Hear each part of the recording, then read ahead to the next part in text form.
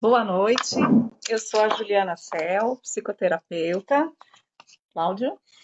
Sou Cláudio Schuster, sou jornalista, somos do canal Tudo Junto, Separado. Hoje a gente vai ter uma convidada especial, Juliana Oliveira, psicóloga clínica. Oi, Ju, tudo bom? Oi, tudo bem? Tudo jóia.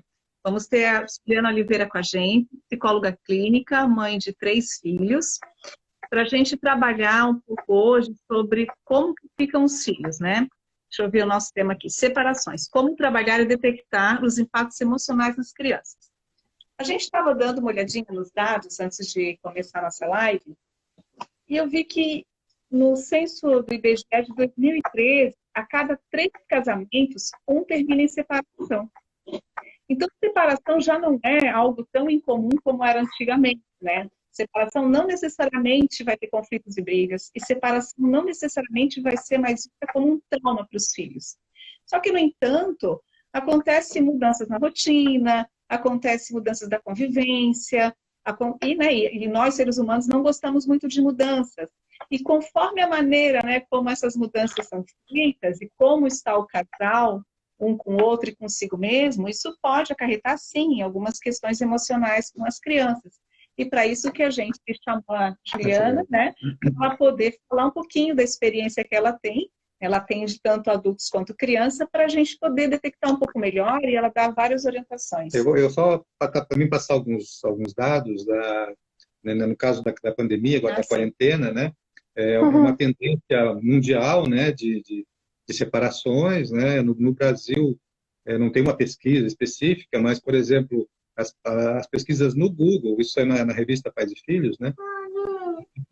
Google sobre, por exemplo, conseguir fazer separação online gratuita, por exemplo, quase 10.000% essa Nossa. busca.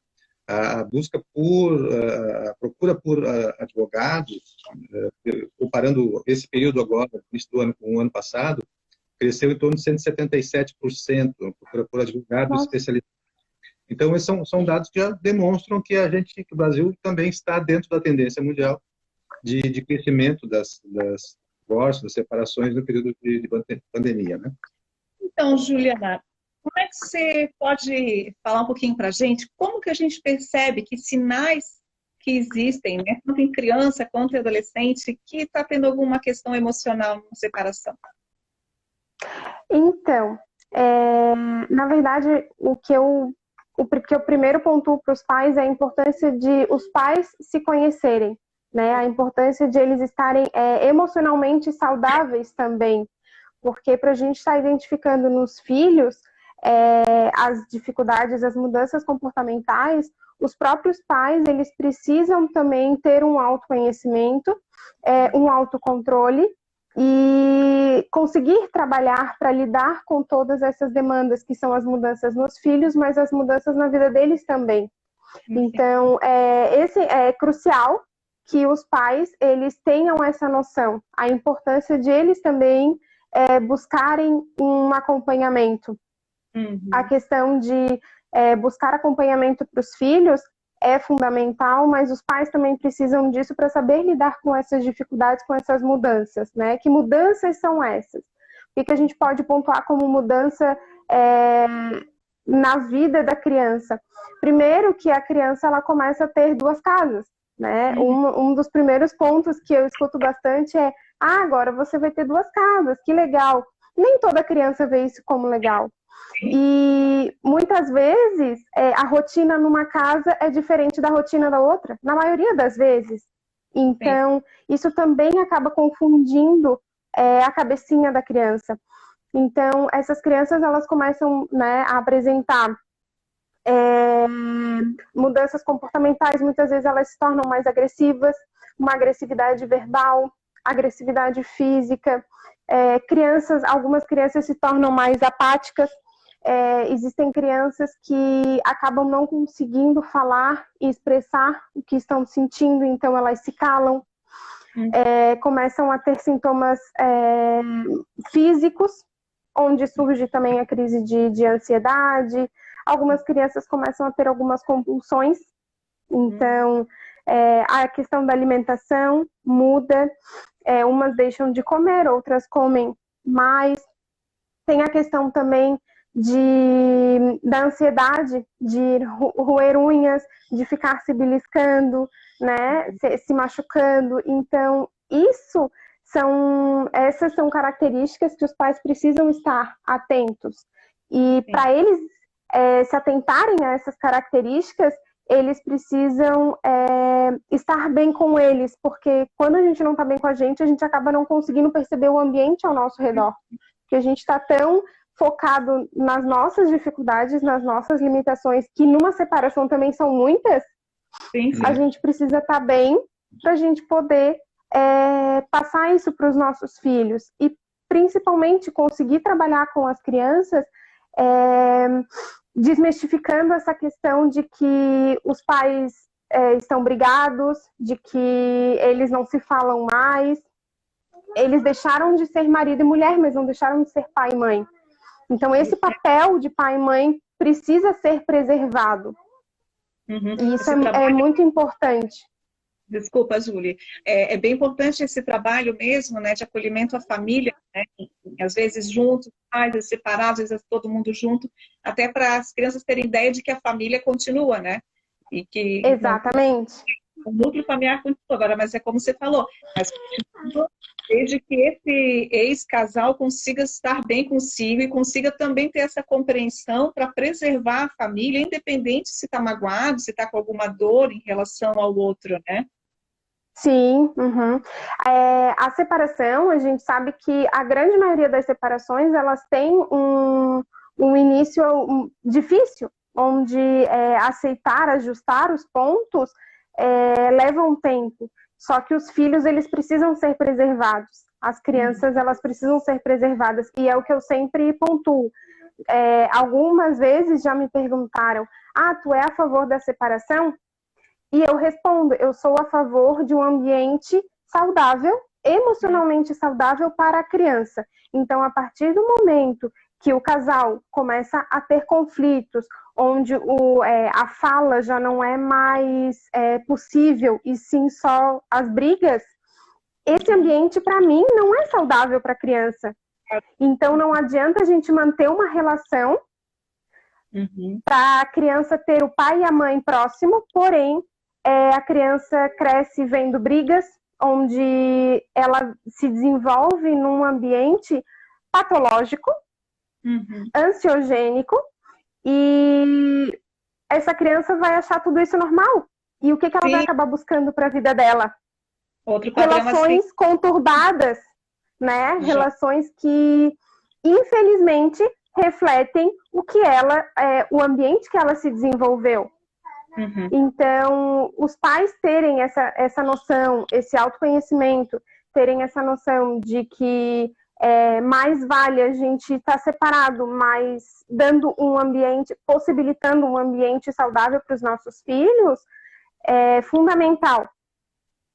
Ô, Juliana, como eu tinha falado antes, né, a gente vive um momento excepcional em que pode, por exemplo, um casal ter a intenção de se separar, em função, né, dessa tendência que a gente falou antes, mas ainda não conseguir, né, durante o período de quarentena, de se manter ainda sem a situação concreta, então, ou seja, a crise fica meio em suspenso, né, e as crianças ficam ainda convivendo com os dois no mesmo local. Como é que tu vê isso? Como é que é a possibilidade de trabalhar com o casal e com as crianças dentro desse mesmo ambiente, né? Sem essa separação de casas e de rotinas? Como é que para poder conviver melhor com a pandemia, que é uma coisa tensa, né? E ao mesmo tempo a tensão do ambiente que, né, provavelmente esteja um pouco pesado entre o casal ali. Como você vê isso? Por isso que, mais uma vez, eu pontuo a importância de o casal estar bem, né? Cada um estar bem consigo mesmo. A gente sabe que uma separação é difícil a gente ficar bem, né? Mas manter esse equilíbrio, encontrar esse equilíbrio para que as brigas não sejam... Porque quando a gente parte para uma separação, a grande maioria dos casais, eles já estão num nível de estresse muito grande. Então, acaba não tendo mais o diálogo, e sim as brigas. Então, trabalhar essas questões, buscar ajuda o quanto antes profissional, para que eles tenham esse equilíbrio e consigam passar isso para a criança. Porque a criança, além das mudanças, né, que são mudanças que nós também não estávamos acostumados com essa questão de ficarmos em casa, não podermos sair, não ter mais a rotina de escola, aulas extras e tudo mais, além deles terem perdido isso, eles também estão perdendo, entre aspas, a questão da família, porque eles entendem que a família acabou. E, na verdade, a família não acabou, né? Eles simplesmente não vão mais morar no mesmo lugar. Mas, nesse período de pandemia, acaba acontecendo de muitos permanecerem no mesmo lugar, na mesma casa, só que trabalhar muito essa questão do conflito. Desses conflitos de buscar um equilíbrio na comunicação, buscar um equilíbrio na maneira como tratar um ao outro. Muitas vezes, numa briga, a gente acaba falando algumas coisas indevidas na frente das crianças, então fala um pouquinho mal do pai, um pouquinho mal da mãe, a criança absorve isso, porque a criança absorve tudo do ambiente. Então, isso precisa ter um cuidado maior, que é essa questão de os pais estarem bem, para que eles consigam também passar isso para os seus filhos. E, principalmente, manter um ambiente em equilíbrio. Isso a questão de... Oi? Não, essa parte eu até queria detalhar mais um pouquinho.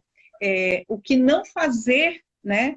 O que não fazer com os filhos. Você colocou de não falar mal um do pai para o outro, né? De não brigar na frente. Queria explorar um pouquinho mais esse assunto. Assim, o que mais, né? Os pais, sejam morando agora junto com a guerra, ou casamento, mas o nosso tema é separação, mas principalmente em separações. Sim. Está vendo o que os pais não devem fazer para proteger a saúde emocional dos filhos. Essa questão dos conflitos, né, das discussões, a gente tem que ter um autocontrole muito grande, porque quando as discussões começam, enfim, os assuntos estão ali à flor da pele e as palavras começam a sair. Então, isso a gente tem que tomar um cuidado. A questão de ouvir a criança, né? Para a criança se sentir acolhida. A criança não sabe o que ela está sentindo, mas o pai vai ajudá-la a entender o que ela está sentindo. Não discutir na frente das crianças, não falar mal um do outro na frente das crianças, procurar ao máximo fazer com que as decisões sejam tomadas distante das crianças, para que elas não tenham tantos detalhes que elas não precisam ter, porque cada criança, cada idade, né, cada fase da criança, ela tem um entendimento diferente. Então, às vezes, tu precisa abordar de uma maneira muito mais lúdica para uma determinada idade, a questão da separação. Então, explicar o que é uma separação para a criança, para que ela não entenda que a separação é só briga. Para que ela entenda que pode existir uma separação saudável, né? A separação onde os pais se tornaram amigos. Então, esse diálogo com a criança também, a gente tem que encontrar um equilíbrio para não falar demais para a criança, mas também não falar de menos. Sim. E na separação, eu acredito que isso seja o mais difícil, a gente encontrar esse equilíbrio. Porque falar demais para a criança, às vezes a criança não está preparada para ouvir e para compreender. Mas falar de menos também faz com que essa criança não se sinta segura nesse ambiente. Mudou tanta coisa e essa criança pode vir a se sentir sozinha também. Sim, às vezes então... o adulto está meio solitário nessa questão e usar um filho que seja um pouquinho maior para desabafar, né? Para poder... Exatamente. E aí a gente vê o caso, às vezes, de uma criança que é novinha, mas está com uma postura meio adulta, né? De estar preocupada. Sim. Em ocupar, de tentar acolher e se deixar de lado, ou então cuidar de um irmão menor e não está ainda em condições para isso, porque está vendo que o pai ou a mãe não estão equilibrados, né? Então, isso a gente está atento também, né? De não responsabilizar até os filhos maiores para estar dando conta dê esse recado que é responsabilidade dos pais e que busquem ajuda logo para poder voltar, né, àquela figura de segurança para todos, independente se de repente temos um filho já mais velho, pode ser até um adolescente, ele não tem obrigação de ser o continente emocional de ninguém nessa casa, né? Exatamente. E aí, mais tarde, a gente acaba vendo adultos que tiveram uma inversão de papéis com relação ao pai, à mãe, onde, ao invés de serem crianças e adolescentes, acabaram se transformando em pais dos próprios pais. Porque tiveram que assumir algumas posturas muito maduras para a idade. E esses conflitos, muitas vezes, a gente vai sentir mais lá na frente. Então, Juliana, a importância de... Oi? E no teu trabalho, por exemplo, né, nesses casos, esse trabalho é feito em momentos individualmente com os pais, com os filhos separados, todos juntos? Como é que é a dinâmica desse trabalho de preparação, né, do ambiente para que seja menos, o impacto seja o menor possível e que seja se as crianças não sofram tanto com uma separação, por exemplo? Isso por exemplo, também nas crianças, provavelmente, né? Desculpa, não entendi o final. Isso também, a forma de trabalhar depende da idade das crianças, né? Isso mesmo. A idade é fundamental para a gente traçar uma forma de trabalho. Mas, normalmente, eu atendo a criança e quando eu percebo que essa criança traz muito a questão familiar, às vezes a criança traz muito a mãe, às vezes traz muito o pai, então eu acabo trazendo ou o pai ou a mãe para a sessão. Em alguns momentos eu até sinto necessidade de intercalar as sessões. Então, uma sessão eu atendo o filho, outra sessão eu atendo a mãe, para a gente começar a identificar, mas claro, sempre falando, frisando muito a questão do sigilo, a criança que é o meu paciente, então eu não abro para os pais, mesmo tendo essa necessidade de ouvir dos pais e trabalhar uma mudança nessa dinâmica familiar. O meu contrato é com o meu paciente, que é a criança, né? Os pais estão bem cientes disso, mas em algumas situações, sim, é necessário que os pais eles também iniciem um processo terapêutico, mas às vezes eu até acabo trazendo para o meu consultório, intercalando as sessões para que a gente consiga um objetivo, que é o de trabalhar, deixar essa criança emocionalmente saudável na medida do possível. E existem situações assim que você vê que são mais graves, né? Seria um termo mais graves de experiência, para poder a gente até estar expondo isso, para que as pessoas de repente percebam que isso não é legal, né? E que você tenha essa experiência. Como é que dá para medir uma situação que tá contornável, que dá para trabalhar melhor, e uma situação mais grave, onde a intervenção precisa ser um pouco mais forte, ou enfim, diferente, né? Como é que tu diferencia né, os pontos, né, as né? gravidades, né, de uma situação? O que eu sempre pontuo é que cada um sente a sua maneira. Então, é difícil a gente mensurar de uma maneira que um é mais grave ou não, mas no meu ponto de vista, quando a gente atende um caso de alienação parental, é o auge, assim, né? Onde realmente essa criança já está tendo uma distorção com relação à figura materna ou paterna, onde os pais realmente não estão mais pensando no filho, e sim em benefício próprio. Então, essa questão de alienação parental, porque a alienação parental nada mais é do que tu colocar a criança contra o outro, né? Ou o pai ou a mãe, e em benefício próprio. Usar a criança, né? Usar a criança, exatamente. Então, isso para mim é o mais difícil, é onde a criança já não sabe se expressar, não sabe nomear as emoções, e tá no meio do fogo cruzado entre o pai e a mãe, e um falando que a minha mãe é isso e aquilo, ou meu pai é isso e aquilo, e eu não consigo enxergar minha mãe ou meu pai dessa forma. Então, é uma confusão na cabecinha da criança, e tu trabalhar isso com a criança é difícil. Só que tu falar isso para os pais é muito mais difícil. Porque fazê-lo enxergar o mal que está causando para a criança, muitos não conseguem enxergar. Muitos enxergam que o mal é só para ele. Ele está sendo o prejudicado na história. Porque ou foi traído, ou não aceitava a separação, enfim, N questões. Então, essa questão da alienação parental, para mim, realmente é um ponto que, se a gente tivesse que mensurar, seria o mais grave, assim. Quer comentar? As crianças, elas trazem, por exemplo, eu vou citar um caso nosso aqui.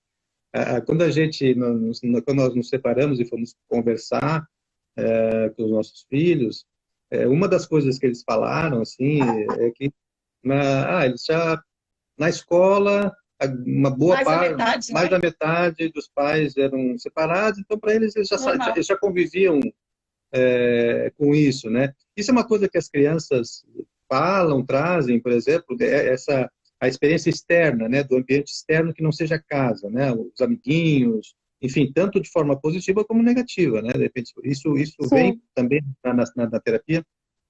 Uhum. Isso aparece sim, mas muitas crianças acham legal quando o amiguinho tem 2 casas, os pais são separados, o amiguinho tem 2 casas, ganha 2 presentes, tem 2 irmãozinhos diferentes, enfim. Mas quando isso vem para a prática, muitos não sabem lidar. Então, é muito legal quando o outro está vivenciando isso, mas quando eu começo a vivenciar, para eu vivenciar toda essa duplicidade, essa vida dupla, digamos assim, né?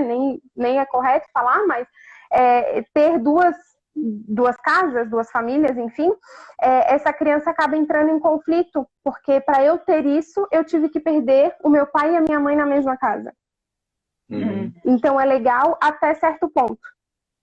Mas eu aceito até que o meu amiguinho viva, mas só que eu, às vezes, não consigo. Então, existem crianças que, sim, conseguem lidar com essa situação e é tranquilo, mas tem crianças que não. Tem crianças que, o pai do fulano e a mãe são separados, o ciclano também, mas eu não queria. É legal, final de semana vai para casa de um, vai para casa de outro, mas só que agora eu não queria. Já aconteceu de a criança trazer que gostaria também de ter 2 casas, de ter 2 pais, porque na cabecinha deles é uma fantasia, é algo muito diferente. Mas quando vai para a prática, isso muda. Entendi. E aí esses conflitos começam. Mas é bem comum essa comparação, né? É bem importante para eles o ambiente da escola, né? O ambiente social, né? Para comparar. Que é o que eles mais vivem, né? Sim.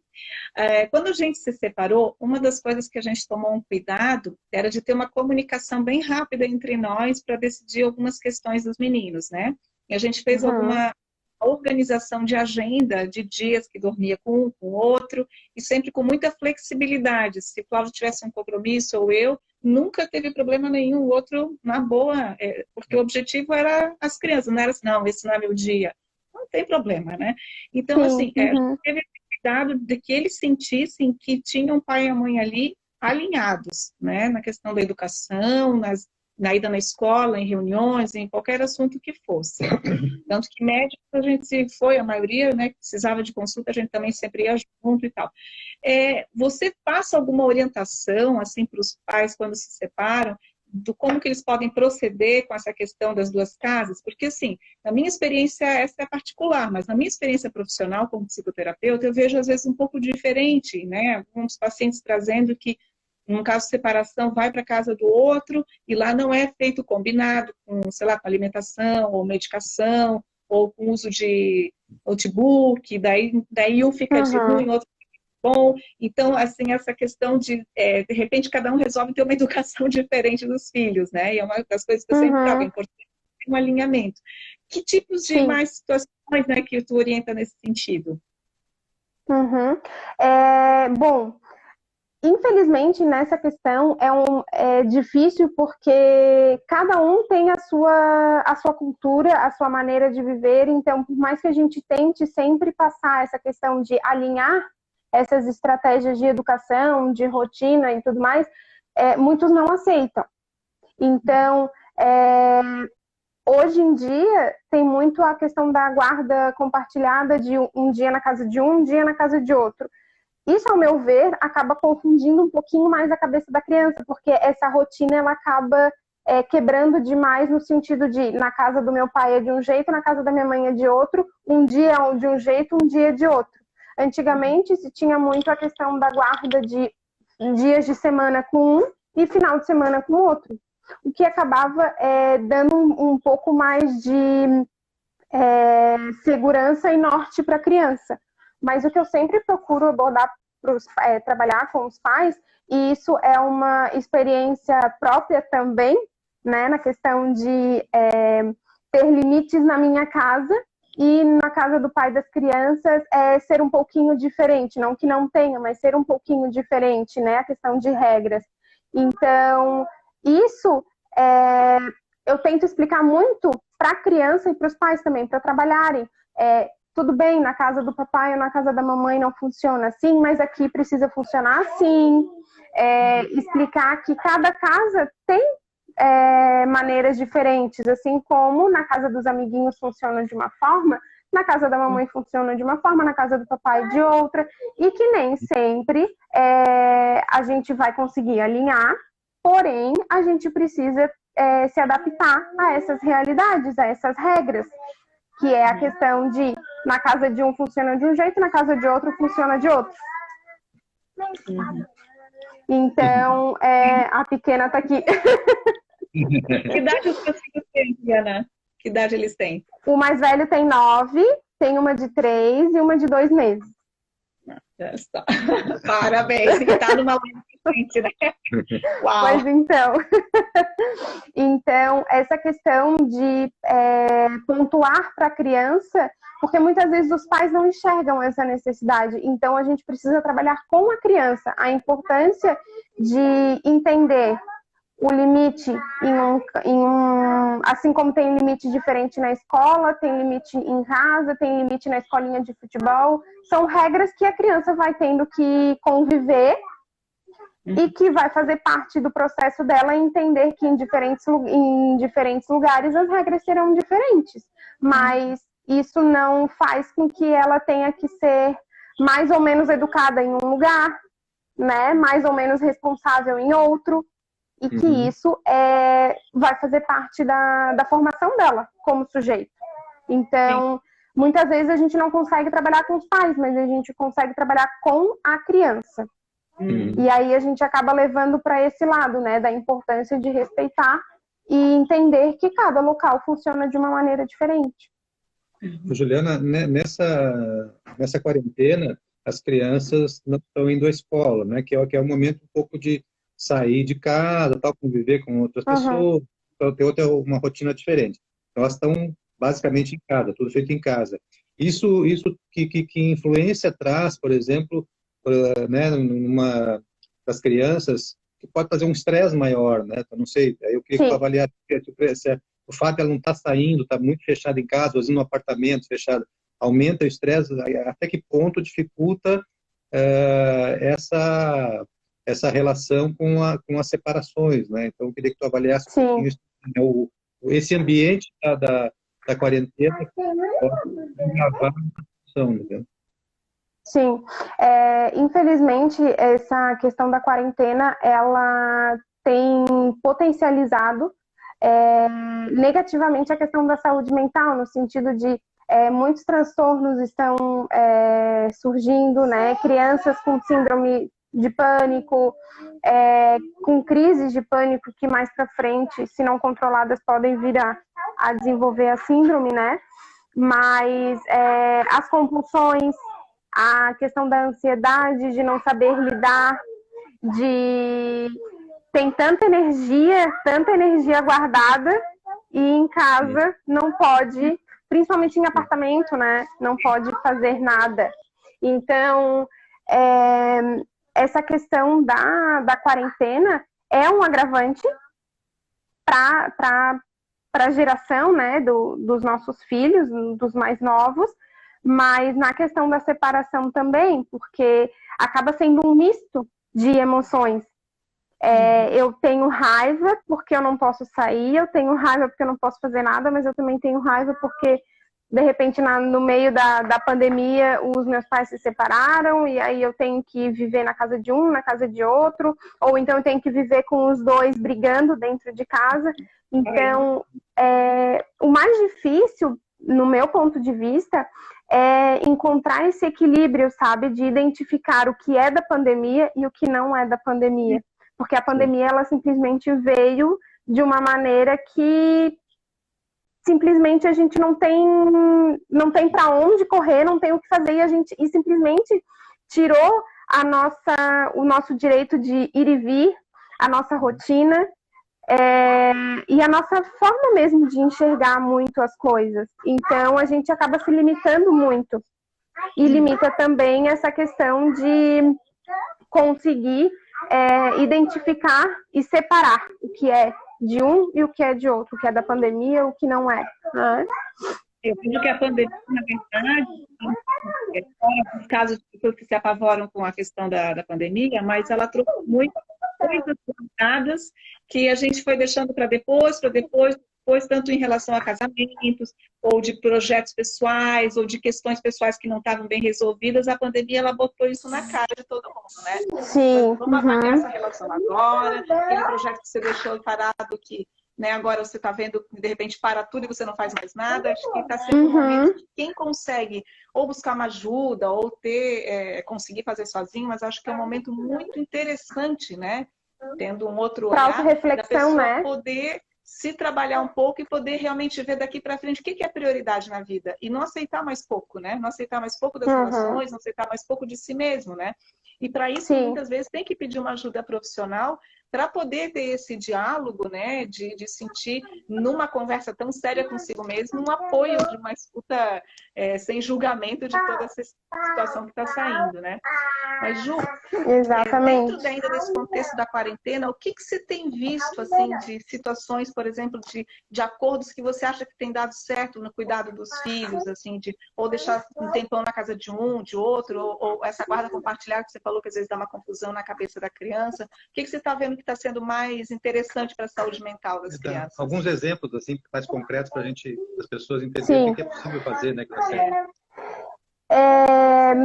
Baixou o som dela. Eu acredito muito... O som tá baixo, Ju.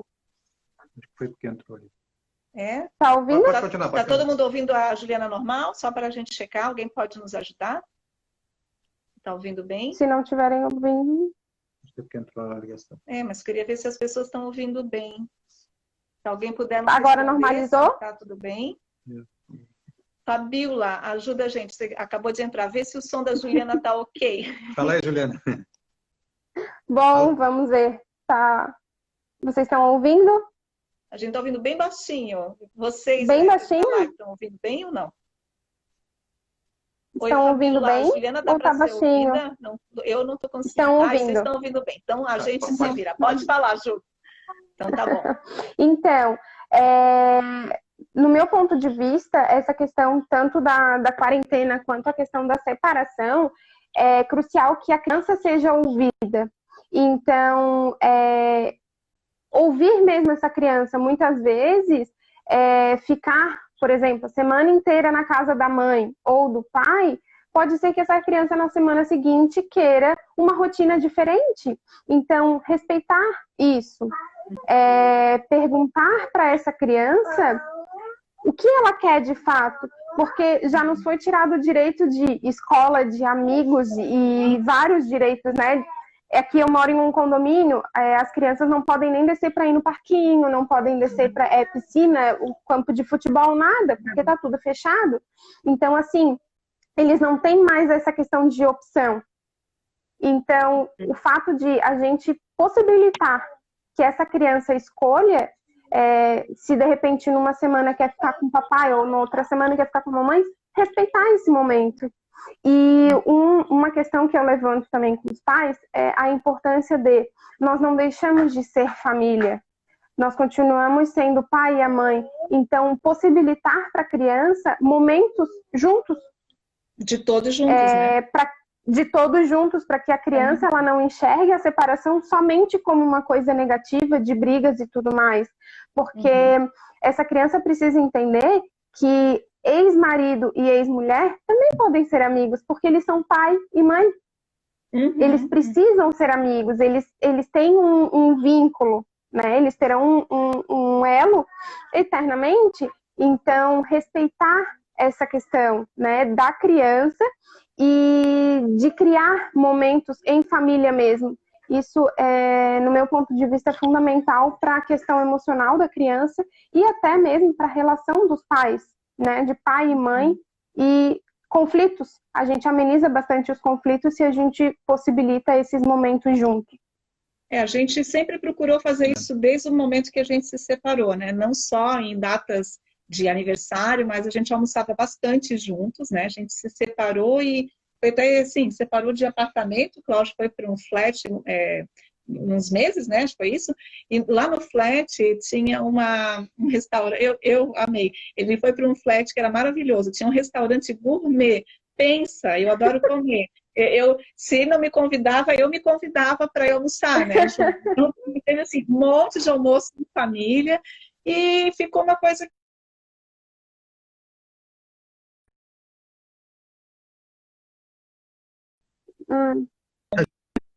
O costume, né?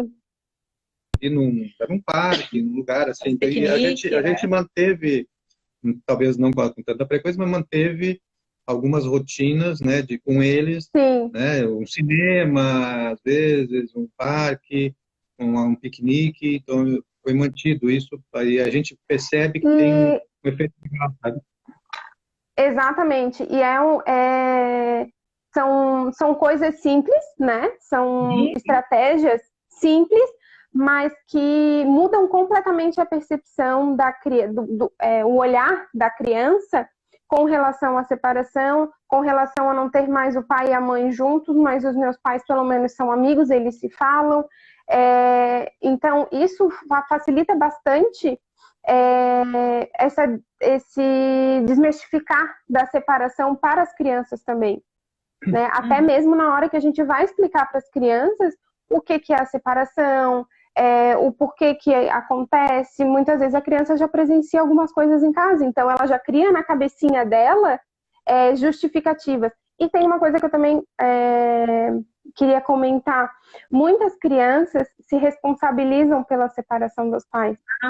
Muitas crianças trazem essa questão de eu sei que eu sou o culpado, eu sei que eu sou responsável, porque a criança acaba entrando muito nas discussões, porque tem a questão de como que a criança vai ficar, com quem que ela vai ficar, a questão de pensão, então como que vai ser essa rotina. Então a criança, o nome da criança, né, acaba sendo citado diversas vezes, e a criança acaba carregando essa culpa. Então, explorar com os pais e com a criança também a importância de deixar claro o que é uma separação, por que acontece, e que a separação não é culpa da criança.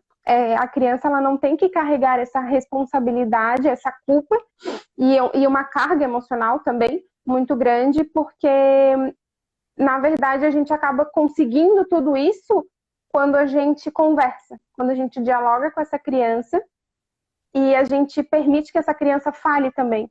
Porque muitas vezes a criança não fala que se sente culpada. Sim.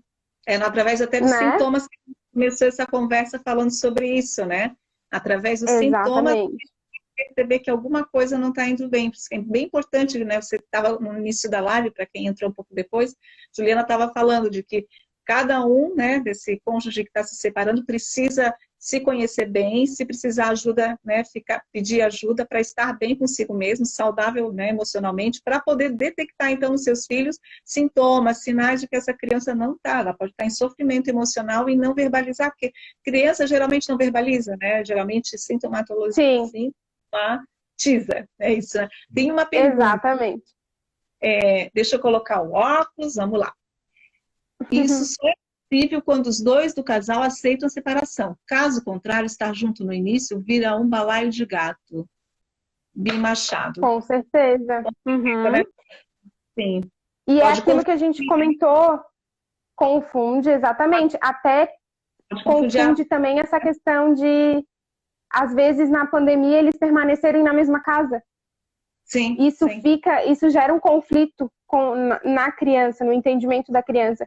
Então, por isso, a importância, e eu iniciei a minha fala falando, a live falando sobre isso, a importância do autoconhecimento, de o pai se conhecer bem, de a mãe se conhecer bem, e exercer essa questão do autocontrole, porque se cada um se conhece, se tem um autocontrole, acaba facilitando essa questão da convivência dessa família, né? Sim. Mas a partir do momento que eles não se conhecem, que eles não se permitem e que realmente é só briga, acaba realmente sendo um balaio de gato e o diálogo não existe. Então, é fundamental que para esse equilíbrio exista a questão do autoconhecimento, né? De eles se conhecerem e respeitarem os limites de cada um. Porque até no sentido assim, que se tem um dos dois que não aceitou essa separação e vai fazer um encontro de família, e não está claro que é um encontro de família, pode acabar usando esse encontro de família para tentar se aproximar da outra pessoa, né? E aí, crianças, né, como meio de tentar ainda uma aproximação com o outro cônjuge. Um retorno, sim. Essas questões conjugais, ex, enfim, o casal tem que ter a maturidade de resolver fora desse contexto de encontros, né, com os filhos juntos, para que se preserve esse núcleo familiar e as questões volta ou não volta sejam feitas à parte, porque é importante esses encontros todos, mas que não se confunda de estou aproveitando isso para ver a minha ex de novo, né? Não é para isso. É para sim. Bem. As visitas... Não, pode falar. Oi, desculpa. As visitas, né, quando o pai vai pegar a criança ou a mãe vai pegar a criança, eles acabam aproveitando, usando mesmo a criança para se aproximar do outro. Então, dependendo da situação, às vezes nem é saudável nesse início ter esse contato, porque confunde tanto para os pais, mas principalmente para a criança. Porque essas investidas acabam fazendo com que a criança não saiba se eles estão juntos, se são amigos, se não são, se vão brigar, se não vão. Então, tudo isso gera um certo conflito. Então, no início, se a relação realmente terminar de uma maneira conturbada, esse contato ele tem que ser bem alinhado, porque realmente pode vir a confundir a cabecinha da criança, né? Uma hipótese, Juliana. Vamos lá, imaginar uma situação dessa da pandemia, o casal não está conseguindo o diálogo, não está conseguindo o entendimento, não está conseguindo o autoconhecimento, ou seja, a crise está feia, né? E as crianças estão nesse convívio. É possível sugerir ou dar alguma dica de um pacto mínimo, assim, para que, por exemplo, dentro do mesmo espaço de moradia, né, que não vão conseguir se separar, se consiga, por exemplo, ter momentos diferentes com os filhos, não sabe, evitar, de repente, o contato permanente, porque já, né, aquele contato permanente já sabe que vai trazer conflito, que um vai dizer uma coisa, outro vai dizer que não, enfim, é possível uma estratégia mínima para evitar um problema maior, sabendo que os dois realmente não estão conseguindo o diálogo, por exemplo? Sim. Bom, nessas situações é difícil falar, porque quando chega nesse limite, normalmente ninguém mais quer escutar nada e os ânimos já estão bem aflorados. Então, o que de repente a gente precisa começar a ter um olhar diferente é o local que a gente conversa, olhar para a gente e perceber que, bom, hoje eu não estou num bom dia para conversar. Então, se o fulano, a ciclana vir conversar, então eu vou falar, vamos deixar para conversar em um outro momento, para a gente preservar a nós, e aos nossos filhos. Então, buscar, mesmo que não tenha condições nesse momento de buscar auxílio, mas procurar olhar mais para si e identificar as suas emoções, identificar comportamentos que auxiliem nesse equilíbrio, né, dentro de casa, mas que a gente consiga, principalmente, manter um ambiente saudável para essa criança. Então, evitar as discussões na frente da criança, evitar essa questão de se alterar. Às vezes a gente não discute, mas o mínimo que o outro pergunta, a gente já dá uma resposta meio atravessada, né? E a criança vive isso, sim. E a criança também sente. Então, tentar controlar ao máximo é difícil, porque como a gente já mencionou, a questão da pandemia mexe muito com as nossas emoções, a separação também já mexe. Só que a gente tem que entender que nós somos adultos, então nós conseguimos lidar de uma maneira diferente, e as crianças não, as crianças elas não falam. Então, tanto que em terapia, quando a gente trabalha com a criança, a gente trabalha de uma maneira muito lúdica, através do desenho, de histórias, brinquedos. A gente não consegue fazer com que essa criança sente no consultório e comece a falar tudo que ela está sentindo. A gente usa muito a questão de dar vida a bonecos, né, a desenhos que a criança faça. A gente começa a dar vida porque é um recurso que a gente consegue trazer a criança, trazer a realidade da criança para a terapia e entrar no mundo dessa criança mesmo. Então, hoje, se eu pudesse dar uma orientação para os pais, seria: tente ao máximo entrar no mundo dos seus filhos. Tentar viver, enxergar um pouquinho do que eles estão vivendo, ouvir essa criança, perceber mudanças comportamentais, como a gente já falou um pouquinho antes, mas vou repetir, essa questão de agressividade verbal, física, mudanças na alimentação, a questão da criança ser muito apática, de falar demais ou começar a falar menos, a se excluir. Então, esses comportamentos, eles precisam ser observados, né? Mas os pais só vão conseguir observar se eles estiverem bem, entre aspas, com eles e disponíveis para esses filhos também. Então, os pais precisam dar abertura, dar espaço para esses filhos e trazer ao máximo os filhos para perto deles e se permitir entrar no mundo dos filhos também. Seja através de desenhos. Um filme que eu uso bastante em consultório é o Divertidamente. É ótimo, né? Adoro. Eu uso muito com as crianças e com os pais.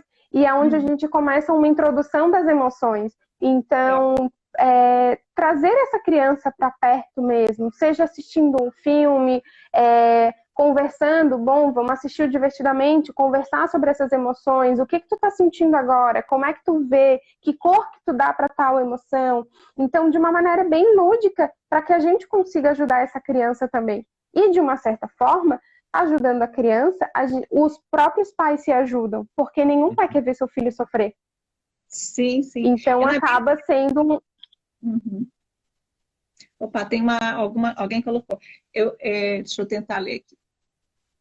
Opa, o que eu estava falando, Juliana, é assim, que é bem interessante essas dicas que você, já vou ler, que você está dando, porque a criança, ela está falando, só que ela está falando no código dela, né? Então, se os pais conseguem voltar para dentro de si, não está só pensando no conflito, ou no que eu fiquei magoada, enfim, consegue olhar a criança, na hora de dormir, contra história, a criança verbaliza através da história, vai brincar com o bonequinho, ela faz uma brincadeira relacionada ao que ela está vivendo. Às vezes a gente aqui não está em condições de estar atento a essa fala, né? Que é uma fala diferente. Exatamente. Né? Eu achei bem bacana as tuas colocações, porque assim, é voltar e sentar e ficar olhando a criança brincar, né? Se tu senta e olha teu filho brincar, você vai descobrir algumas coisas interessantíssimas, né? Ju, deixa eu ler aqui.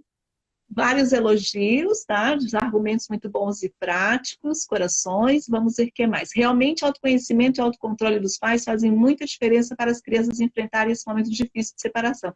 Isso mesmo, Duda, é bem isso. E tem uma questão até que eu queria colocar, às vezes, que acontece quando se tem contar uma situação assim, por exemplo, de uma mulher que tenha se separado com criança pequena, né? Que criança pequena exige muito mais atenção, né? Não precisa daquela lida ali. E a pessoa não está bem. E ela começa a sentir, além de toda a situação, sentir culpada de não estar bem, de estar conseguindo cuidar como ela gostaria da criança, né? Então, assim, queria até debater um pouquinho contigo isso, né? Que em outro momento, por exemplo, se fosse minha paciente, eu recomendaria, além de terapia e tal, mas de poder deixar essa criança com alguém, né? Algum familiar de confiança, para dar uns minutinhos para a mãe se reconectar, né? Ou o pai, seja quem for que não esteja bem, para sentir assim, não, essa criança agora alguém está cuidando, né? E não ficar nesse looping da culpa, porque a pessoa tem o direito do seu luto, tem o direito de não estar bem. Sim. E né, deixar a criança com alguém que se sinta. Que mais? Agora, dentro da pandemia, Ju, o que a gente faz se tem uma situação como essa? Como é que a gente lida com isso? Nessa situação é bem complicado, porque a questão de deixar a criança com alguém tem que ser alguém que não saia, que não tenha contato, até pela questão, né, do vírus. Mas um ponto que eu costumo trabalhar bastante com as mães, as mulheres em geral, até mesmo para tomar a decisão da separação, quando a mulher toma a decisão, ela se sente culpada por muito tempo. Pela questão de acabou a minha família, eu perdi a minha família, eu perdi tudo que eu conquistei, parece que eu perdi. E, na verdade, a família ainda está ali, né? Os filhos precisam do pai e da mãe. O que ela precisa trabalhar é que, nesse momento, não cabia mais o papel de mulher daquele homem, mas que a mãe continua sendo necessária para aquela criança, vai precisar viver ainda com esse ex-marido, mas que ela não traga essa responsabilidade só para ela, porque a questão da separação não é só culpa de um ou culpa de outro. Eu sempre digo, é 50%, 50%. Não é de quem decide, não, né, Ju? Não é de quem decide, Oi? né? Não é de quem decide. Quem decide porque... Exatamente. Então, essa mulher, ela acaba tendo a culpa já de assumir a postura de tomar a decisão da separação. E aí depois vem a questão de, agora eu sou mãe, mas eu também preciso ser mulher. Isso, eu também preciso viver a minha vida, eu preciso retomar a minha vida. Mas quando ela começa a retomar a vida dela, ela também começa a se sentir culpada, porque eu não posso, porque eu deixei eu abri mão da minha família e agora eu não posso viver uma vida porque eu tenho que cuidar dos meus filhos. E esse pai?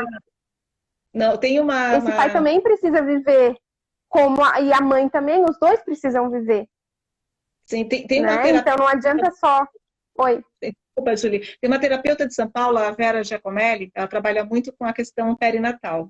Eu assisti um curso dela há alguns anos e ela falou uma frase que eu nunca esqueci, que eu acho muito interessante. Ela fala que os filhos precisam de uma mãe que seja mulher. Nenhum filho precisa de uma mãe que seja 100% mãe, que não é bom para aquilo. Eu lembro de anotando no caderno, porque eu já compactuava dessa forma de pensar e a maneira como ela colocou, expressou, achei fantástica. Então, a gente, enquanto mulher ou enquanto homem, tem que lembrar que é muito bom para os filhos ver a gente, né, no nosso papel de mulher, de profissional, o homem também do dele, e que os filhos nos vejam felizes. Então, não é o casamento em si que faz a felicidade, é a gente, né, se sentir feliz que vai fazer a felicidade, seja no formato familiar que for, né? Tanto que é o que a gente tem debatido, assim, várias formas de família, porque vai ser aquela que vai encaixar com essas pessoas, né? Exatamente. E encontrar esse equilíbrio entre ser pai e homem, ser mãe e mulher, é fundamental. Porque a gente tem que lembrar também que os nossos filhos, eles são os nossos reflexos. Exato. E o que a gente está mostrando para eles da vida? Né? O que a gente está possibilitando que eles enxerguem da vida? Então, a gente precisa buscar esse equilíbrio, mas eu sempre digo para as mães, nasce uma mãe, nasce um mundo de culpa. Ai, sem dúvida, então, já veio na maternidade, já né? Venho, exatamente. Né? Exatamente. Então, assim, Tem uma pergunta aqui. Tem uma pergunta, consegues ler? Deixa eu ver aqui. Sou separada há 2 anos, com 2 filhas. A mais nova tem 4 anos e chora com frequência para ir para casa do pai. Mas ele se nega a fazer acompanhamento psicológico, mesmo eu pagando a terapia. E agora? E essa criança faz o acompanhamento, porque a gente tem que entender o que eleva essa criança a esse choro. Porque o que eu entendi aqui é que a criança de 4 anos, ela chora com frequência para ir para casa do pai. E ele se nega a fazer acompanhamento. Ele se nega ou ele nega que a filha vá para esse acompanhamento? Porque, nesse caso, me parece mais que quem precisa ser ouvido, ele nega acompanhamento para a criança. Ah, para a criança? Para a criança, exatamente. E aí pode isso, negar acompanhamento para a criança, se a mãe considerar importante que a mãe está vendo esse choro, a mãe não pode ir no terapeuta e levar, o pai tem que consentir, como é que fica isso? Não, na verdade é mais uma questão deles, né? Não necessariamente o pai ele vai para a terapia, leva a criança, ou muitas vezes sabe que a filha que a criança está em terapia. Então, é uma questão que ela tem que decidir. Ela pode decidir de levar a criança para terapia, no caso, para poder... Ela pode decidir, mas ela também tem que estar disposta a, se em algum momento a criança falar para o pai, essa mãe também vai ter que estar disposta a uma certa briga que vai gerar. Que a gente sabe que acaba gerando, porque são opiniões divergentes. Mas o que, de repente, essa mãe pode começar a explorar... eu só parei por causa da pandemia, mas vejo que a participação dele seria bem importante. Tem psicólogos... Mas essa criança... online, né, no caso, né, Juliana? Tem psicólogos que estão continuando atendimento online. Sim, eu atendo online e criança eu atendo no consultório. Então, eu separei 2 dias e eu faço esses atendimentos presenciais com as crianças. Tá? Às vezes, quando é impossível, tem casos também da gente poder fazer a orientação, né, essa escuta da mãe, no caso que e através da mãe a gente atingir a criança também, né, se não é possível no consultório, né. Era exatamente isso que eu ia falar. A gente também trabalha com a orientação de pais, porque normalmente os atendimentos eles são a partir de 4 anos. Mas online para 4 anos realmente não é viável, mas o que a gente pode fazer é uma orientação para a mãe, no caso. Isso, orientação, porque assim, muitas orientações que se faz através da mãe, no caso, a gente atinge a criança até com atividades e de desenvolver essa escuta na mãe, né? É possível bastante coisa assim, exatamente. Né? É possível. Sim, muito. Na verdade, desculpa te interromper, mas a gente trabalha bastante em consultório com a questão da orientação de pais. Então, criança até 4 anos, a gente não faz atendimento, a gente faz a orientação de pais. E dependendo da situação, a criança mesmo sendo mais velha, a gente também trabalha com essa orientação de pais, justamente para atingir essa criança e mudar essa dinâmica familiar. Então, se de repente, né, online para 4 anos não é viável, no meu ponto de vista não é viável, mas de repente essa mãe ela consiga entrar numa orientação de pais para conseguir interagir com essa criança, ouvir e encontrar estratégias para entrar no mundo dessa criança, entender o que é esse choro está dizendo o que exatamente? Será que é um choro de sofrimento ou porque essa criança está querendo dizer alguma coisa ou de repente na casa do pai é muito diferente da casa da mãe? Então a gente não sabe o que está por trás desse choro. E essa orientação vai com certeza auxiliar nessa descoberta. Dá instrumento. A orientação eu gosto muito exatamente para a mãe conseguir enxergar. Gente, está acabando o nosso horário. Está acabando, vamos ter que encerrar. Já está fechando. 1 hora ele apaga. Instagram, ele tá. Então a gente vai encerrar aqui a live com a Juliana.